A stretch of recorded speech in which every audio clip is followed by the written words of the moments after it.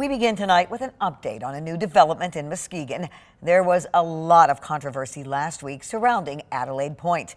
A letter written by the then CEO to the federal government in March was posted to social media, resulting in outrage from some in the community and support from others. Now the city's mayor is responding. 13 on your side's Josh Alberta spoke with the mayor earlier today. He joins us now with what he's saying.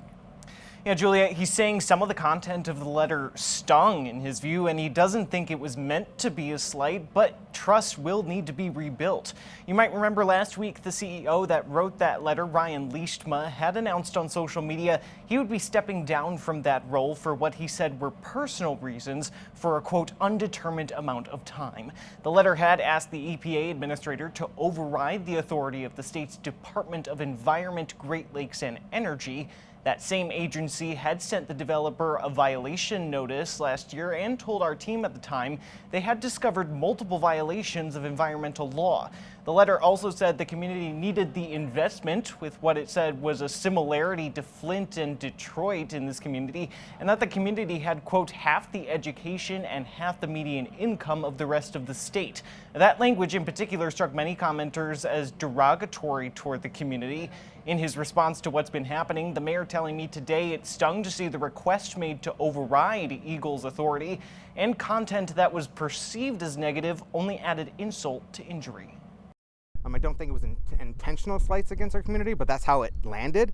And I do believe that it's up to the letter writer and the AP team to work towards repairing their relationship with their community and restoring trust, because their damage has been done.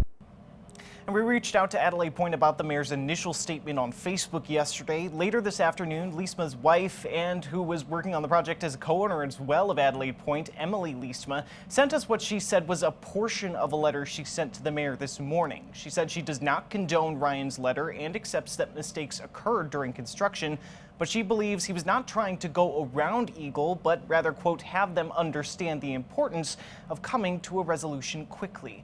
She said she found it difficult to read the mayor's response with what she said was, quote, no acknowledgement of the positives this project has created for the community. And when we spoke with him, the mayor said the tens of millions of dollars in investments in redeveloping a former foundry site is welcome and appreciated, and that its investments in public amenities and public access as well, but trust will need to be restored, Julia. So, Josh, you also talked to him about something happening tomorrow that the mayor hopes will turn the page. What was he saying?